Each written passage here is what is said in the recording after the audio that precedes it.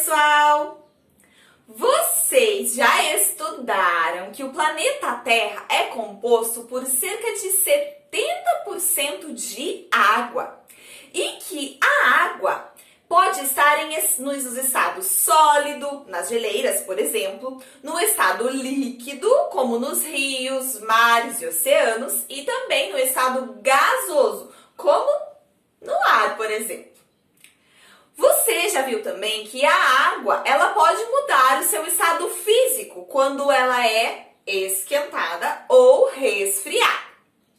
Ou seja, quando a sua temperatura aumenta ou diminui. Agora, eu vou fazer algumas perguntas para vocês. Prestem muita atenção. A água que está em uma geleira, será que ela pode ter fluído em um rio? Ou ainda, a água de um rio já pode ter constituído uma nuvem? Mais uma. A água de uma poça pode ter sido tomada por um animal ou absorvida pelas raízes de uma árvore? Os seres vivos, eles podem devolver a água para os ecossistemas? A resposta para todas essas perguntas é sim! E é esta circulação e as mudanças do estado físico da água pela natureza que formam, então, o ciclo da água.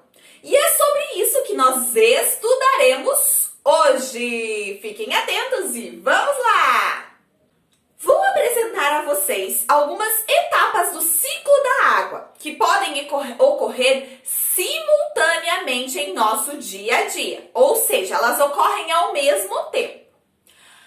Aqui, o ciclo ele foi dividido em uma certa sequência para que nós possamos entender esse processo.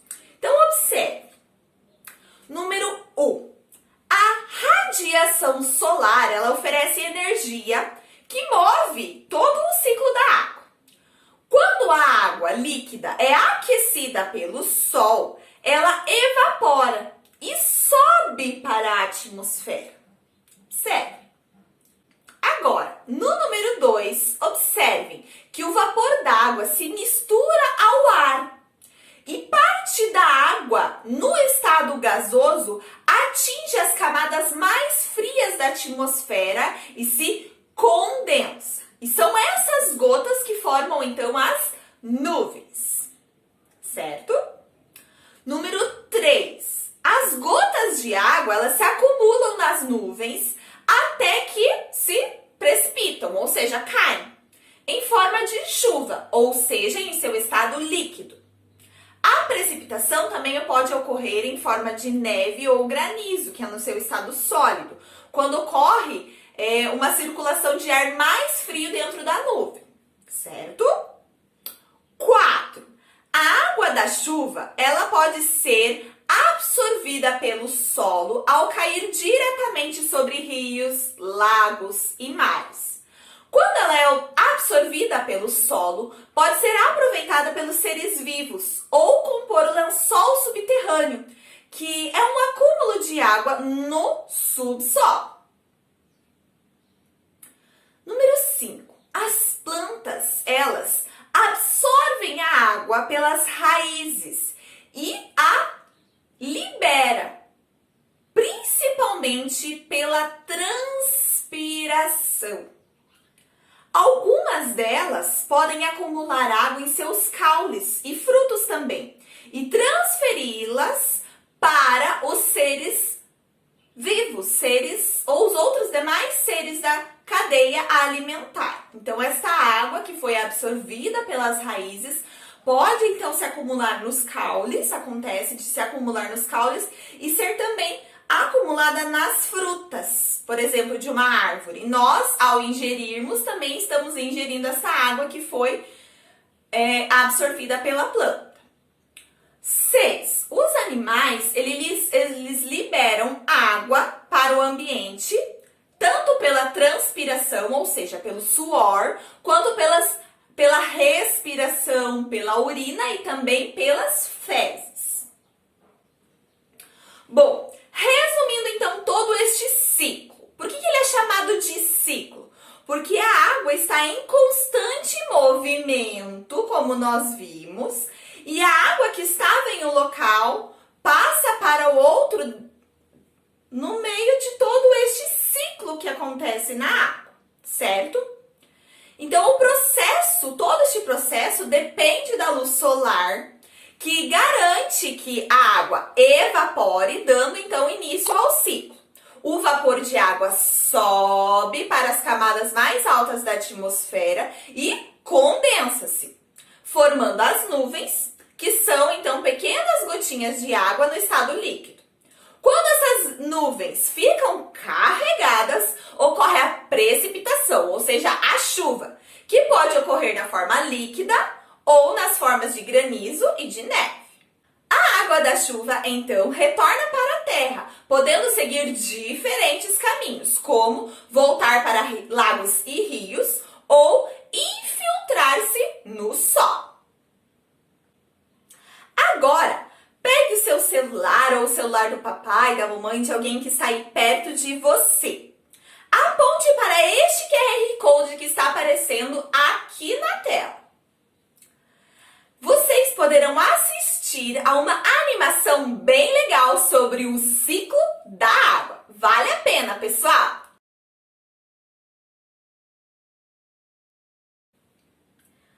Você já deve ter percebido algumas características da água em seu dia a dia. Utilizando os nossos sentidos, nós podemos perceber que a água que é boa para se beber, ela não tem cheiro. Também não tem gosto. Ela é também incolor, ou seja, não tem cor.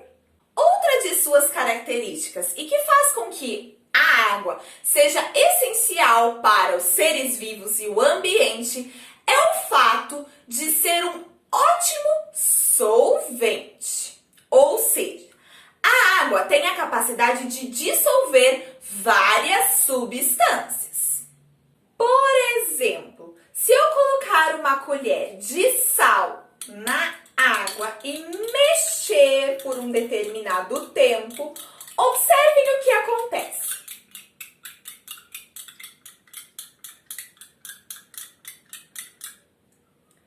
Ele será completamente dissolvido na água. O mesmo acontece com o açúcar e com uma infinidade de substâncias. A água dissolve tantas substâncias que é chamada de solvente universal. Essa característica da água permite que os nutrientes importantes sejam dissolvidos em nosso sangue. Observe. E também permite que a seiva leve sais minerais para todas as partes das plantas. Observem a imagem. A água, bem como os sais minerais, são absorvidos pela planta pelas suas raízes. E elas, então, circulam por toda a planta, como mostra na nossa imagem, garantindo, então, que a água e os sais minerais, então, possam ser distribuídos por toda a planta. Outra característica da água está relacionada à sua densidade. Você já pensou, já imaginou o porquê que alguns objetos flutuam e outros afundam na água? A madeira, por exemplo, ela flutua. Objetos cheios de ar também. Isso ocorre devido à densidade da água, ou seja, materiais menos densos tendem a flutuar. É por isso que as boias flutuam com facilidade. Para um objeto flutuar, é preciso considerar dois fatores: o material de que ele é feito e o seu formato. Isto porque na água existe uma força chamada de empuxo, que age no sentido contrário ao peso do objeto. Vou mostrar a vocês uma experiência que fiz aqui em casa e que vocês poderão fazer aí. Vejam que nós temos 2 copos com água aqui e temos 2 massinhas de modelar. Uma em formato de bolinha e o outro em formato de barquinho. Vejam o que acontece quando eu coloco a bolinha na água. Ela afundou. Agora vejam o que acontece quando eu coloco a mesma massinha de modelar, só que agora em formato de barquinho. Ela irá boiar. Isso acontece porque o peso da bolinha está concentrado e o empuxo é menor. Porém, quando o formato muda para o barco, o empuxo fica maior que o peso. Desse modo, a massa de modelar flutua. É por isso que os pesados barcos de aço conseguem flutuar na água. Muito bem, pessoal! Hoje nós aprendemos um pouco mais sobre o ciclo da água e também sobre as suas principais propriedades. Agora nós vamos exercitar nossos conhecimentos com algumas atividades.